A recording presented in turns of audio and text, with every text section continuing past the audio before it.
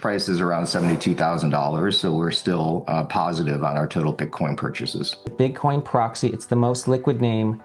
It seems to me that when in the crypto world, when they're trying to hedge their longs in Bitcoin and Ethereum, they can't find any other way to hedge it except shorting the liquid stocks that are the proxies. Phong outlines a continuous 5-year strategy focused on acquiring Bitcoin by issuing equity and debt at a premium to the company's net asset value.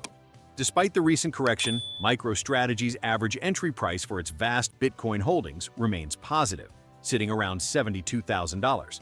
Please take a little time to like this video, subscribe to the channel, and turn on post notifications for more videos like this.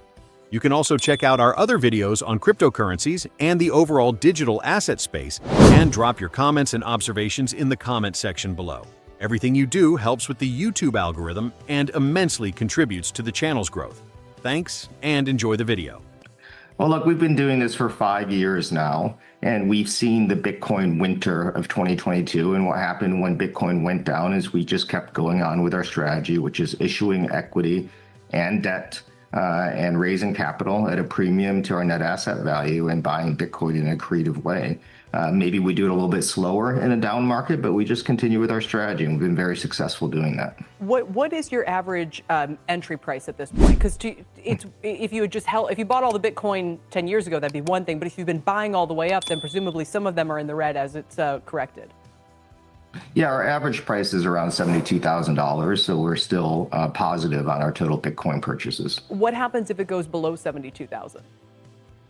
If it goes below, look, we've seen the up and down cycles of Bitcoin, right? And again, we saw this in 2022. Nothing really changes. We trade down a little bit when it goes below $72,000, but you have to be, we're believers in the long-term asset class, right? We believe that Bitcoin is going to go up over 20% a year for the next 20 years. It's been doing that for the last 18 years. So it's one thing if your kind of average entry price goes into the red briefly, as it might if the price goes below 72,000.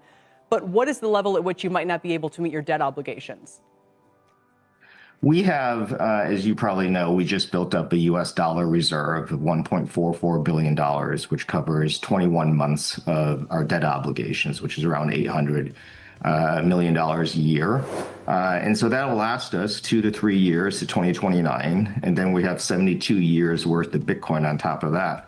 If you assume for a minute a downside scenario, Bitcoin gets cut in half, we'll still be able to make it through to 2065 before we're not paying our debt obligations. We have quite a long runway with our assets that we have in our balance sheet. This US dollar reserve gives the company a 2 to 3 year operational buffer, shielding them from the need to sell Bitcoin during short-term volatility.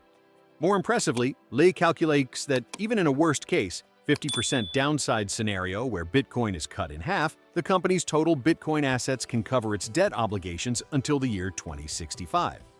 MicroStrategy is probably the most important stock to watch right now because that is the Bitcoin proxy. It's the most liquid name. It seems to me that when in the crypto world, when they're trying to hedge their longs in Bitcoin and Ethereum, they can't find any other way to hedge it except shorting the liquid stocks that are the proxies. So that's the MicroStrategy's. All right, so you heard Tom Lee just there, Phong. Do you feel as though your company has become this kind of proxy instrument for Bitcoin in the public capital markets? And because of that, people have had to use your company as a way to structure certain types of views, whether they're long or, in Tom Lee's thesis case, to the downside and short? Yeah, that's why when Bitcoin has a 50 ARR, 50 vol, we have a 70 ARR, 70 vol, which means that in times when Bitcoin's going up, we go up more. When Bitcoin goes down, we go down more. When we entered this Bitcoin Treasury Strategy in 2020, we were a way for people to get access to the underlying Bitcoin through public equities. ETFs changed that a bit in 2024. But yeah, we very much are a big part of the crypto ecosystem and the Bitcoin ecosystem, which is why we decided a couple weeks ago to start raising capital and putting US dollars on our balance sheet to get rid of this FUD. And it really was FUD. We weren't going to have an issue to be able to pay our dividends. And we weren't going to likely have to tap into selling Bitcoin.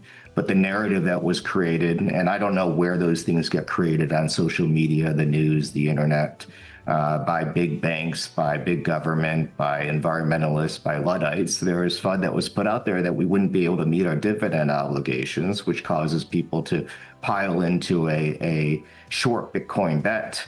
And we just addressed that. In 8.5 days, we raised $1.44 billion, 21 months worth of dividend obligations. And we did it, one, to address the FUD, but two, to show people that we're still able to raise money in a Bitcoin down cycle.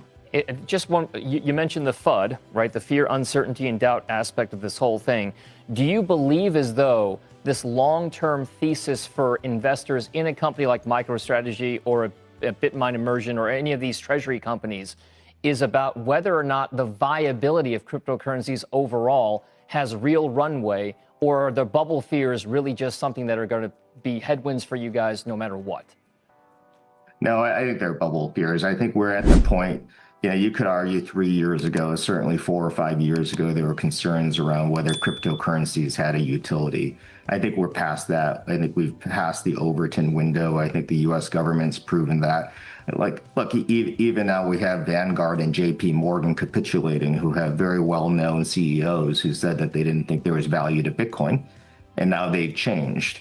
The dynamic, if you take a step back, is Bitcoin's gone up 45% a year for the last 5 years, right? It's one of the best performing asset classes in the world.